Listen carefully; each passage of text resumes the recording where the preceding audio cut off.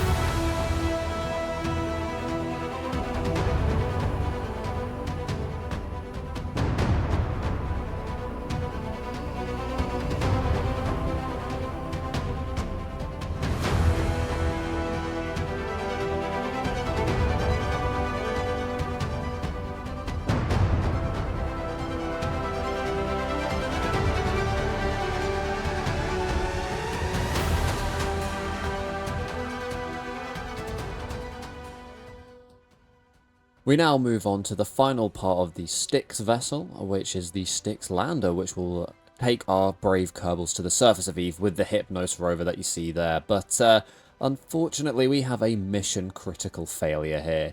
Some moron back in the vehicle assembly building forgot to put any kind of probe control on this thing, so as soon as we dropped it from the Hermes launcher, it is basically an inert brick floating around in orbit that we can't control. And we are supposed to be doing a rendezvous here with the main Styx vessel, so that's going to be quite tricky to do if we can't control the damn thing. I wasn't really sure what to do at this point, so I kind of just floated around, tried to have a look to see if there was maybe some probe core hiding somewhere, and then I realized, no, there's no way we're going to be controlling this thing, so we might as well return the Hermes launcher, and we'll deal with it later. That wasn't the only big mistake I made in this mission. So when I was planning my deorbit burn, I didn't really consider where the drop pod was in relation to the Hermes. So we time warp around, point in the right direction, and fire the engines. And, well, let's just have a listen.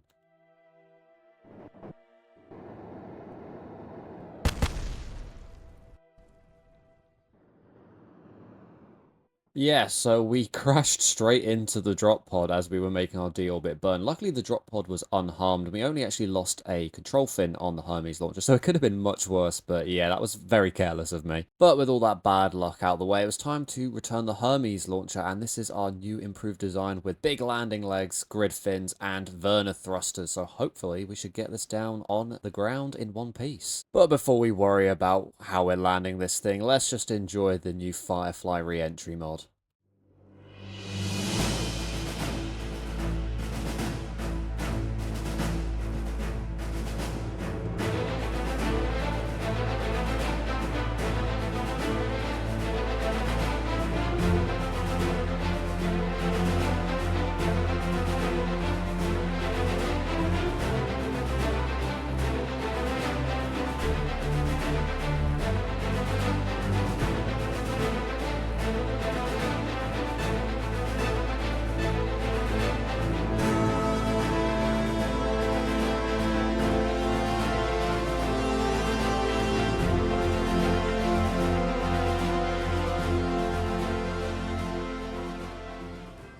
Despite missing a tail fin, the re-entry went pretty much without a hitch, and we're kind of on course for the Space Center, but I started to realize I was overshooting a little bit. So I fire up the engines in a little bit just to bring our trajectory closer to the Space Center, but unfortunately, as you'll see in a second, I overcompensate, and I actually now am undershooting the Space Center, which is something I don't do very often, so it's nice to have a bit of a change. But yeah, you can see now we're sort of headed for the dark green patch of grass, a little west of the Space Center, and the ground there isn't particularly even, so this was going to be a bit of a shaky landing for the Hermes launcher on its first proper flight. So we come back down, and it's very hard to maneuver this thing, actually. It's got a lot of inertia, so it tends to rock about quite a lot, and I just hit the ground a little too hard and broke some of the engines. But other than that, it wasn't too bad. You can see the Werner thrusters fighting for their life to keep this thing upright. So yeah, I think with a bit of practice, this thing should be a very reliable launcher. Anyway, I guess it's time to fix the mess that I made in the last mission with this orbital tug.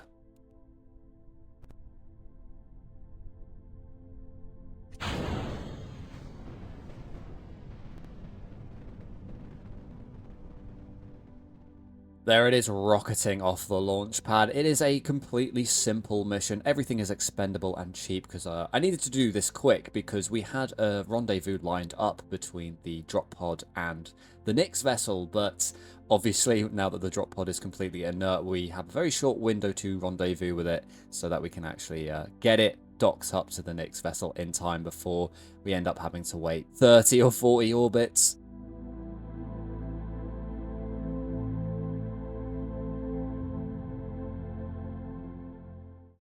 Post-editing Moonfish here, so I realised over the course of the next mission, I say the word Nyx an awful lot, referring to a vessel that is in fact not the Nyx. So Nyx is a completely different vessel if you haven't watched my series before.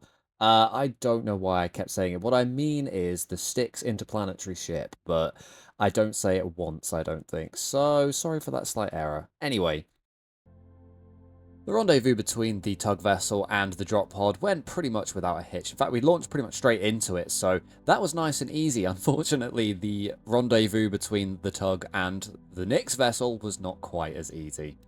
And this was always going to be a bit of a difficult maneuver because obviously our little tug here only has one docking port, so it's going to be pulling the drop ship up into the Nyx. And then it's going to have to quickly get out of the way so that the two can dock. And I can't use the drop pod to do any kind of docking. And the Nyx is a little too big and doesn't have enough RCS ports to do any kind of rendezvous properly. So yeah, this was kind of going to always be a tricky mission. But a little slip up on my part made it even harder, so once we got docked to the dropship, we completed our rendezvous with the Nyx, which wasn't too hard because, like I said, it was already behind us, so we just had to raise our orbit a little bit to slow the orbital period and let it catch up with us, and then we were ready to, yeah, get the docking going. So here I am pointing the Nyx towards the drop pod and the tug, and I'm just doing the same here, and you can see I'm using the automatic SAS on the side there, but I forgot to turn it off before undocking it.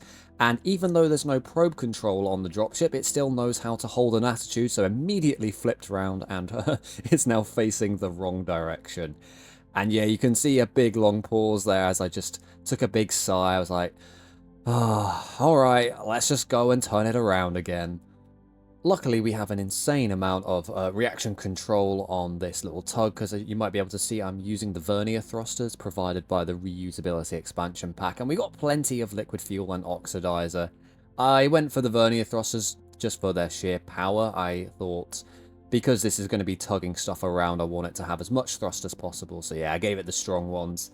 There we are, docking again with the drop pod and just flipping it around. This time making sure to turn off the automatic SAS when I undock it. But yeah, you can see now that the Nyx vessel is facing the wrong way. So we're just going to bring the tug a little closer and we'll switch back to the Nyx and point it in the right direction. But my problems weren't over yet, and the next problem again was user error. So I have my target set to the tug vessel there, or rather the conglomerate of the tug and the dropship there from the Nyx, and so it is pointing currently at the, well, the center of mass of the tug. Which means it's not actually quite pointing in line with the docking port because the center of mass is slightly offset from it. So as I got closer, I realized my mistake, but it was too late and I completely missed the docking port and bounced off, and we started moving away, and you can see that the RCS on the Nyx is just simply not strong enough, so we had to come back in a third time to dock the tug to the drop vessel. Yeah, this docking probably could have been a lot more painless if I'd been paying a bit more attention, but hey, I mean, part of the fun of Kerbal Space Program is making all of these silly mistakes and then having to fix them. Luckily, it wasn't actually a big deal to go back and rectify my mistakes. Like I said, the tug vessel has so much fuel on it that I could have probably done this another 4 or 5 times before I had to start worrying about whether I could actually complete the mission. And so this time we're coming for our third and final approach. I kept the tug on for as long as possible this time just to make sure we really were on target. I quickly got it out of the way, and the docking carried on the rest of the way from the Nyx. And yeah, this time it works a charm, and we can pretend that we're really good at orbital rendezvous and just ignore the last 2 times where I completely botched it. You know, normally I'd sort of get annoyed at myself for things like this. If this happened in a mission, I'd usually, you know, be kicking myself and getting a bit frustrated. But this time I just wasn't for some reason. I just found it really enjoyable. I think I found the whole thing so comical that yeah, it was actually just quite enjoyable to have to constantly redock to the tug just because of how silly it all was. But there we are, the Nyx vessel is finally complete, ready to take its cargo over all the way to Eve. So yeah, we've got Karen there, that's for orbital rendezvous, and the dropship, which will take 3 brave Kerbals down to the surface to live there for a few months. So now it's time to just return the tug vessel back onto Kerbin, and we're just going to let it burn up in re-entry.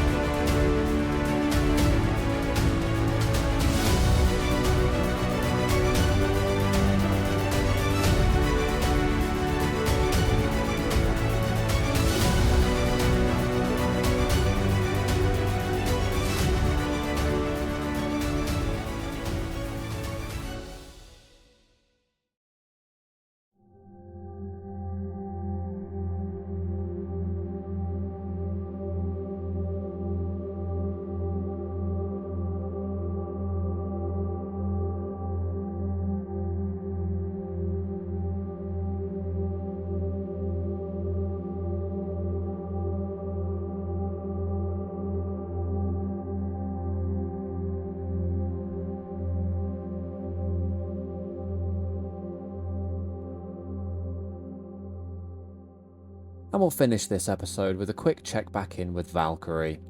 You see, the space program is in a bit of a lull at the moment in terms of science collection, and I thought, well, we've got the Valkyrie sitting around Juno waiting for its transfer window to come back home, so maybe we could sit it round Ike and do some of the orbital science that we've been doing here around Juno, because we've got like a magnetometer and a gravioli detector and all of that stuff, so yeah, I thought we could just get a little bit of extra science before we go home. But before I did that, I figured now is the time to ditch that middle fuel tank. So you can see I'm getting all of the fuel tanks open so I can transfer the fuel over, which took a very, very long time. But once it was done, we could, yeah, get rid of that middle fuel tank and put it away. I thought I'd just leave it in orbit round Juno, and I thought I would attach the 2 landers with it as well, as sort of like a little monument to the mission that we had out here and all the achievements that we made. I didn't want to just crash it back into the surface because it felt a bit wasteful.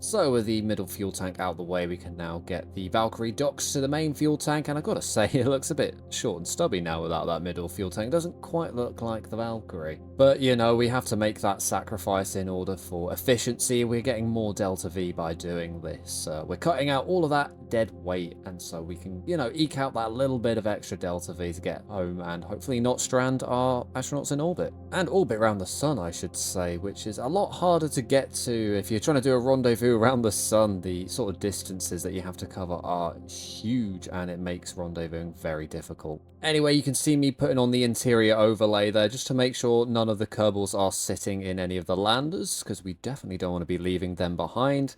And yeah, now it's time to put the pod lander and Hela on with the extra fuel tank, and it's just going to sit in Junon orbit forever. So our Kerbals are going to be waiting about another 100 days or so for their transfer window back to Kerbin, and then from there we'll probably spend about a year in transit on their way back home, so they will have spent over, well, yeah, almost up to 3 years in space, which is a pretty crazy amount of time.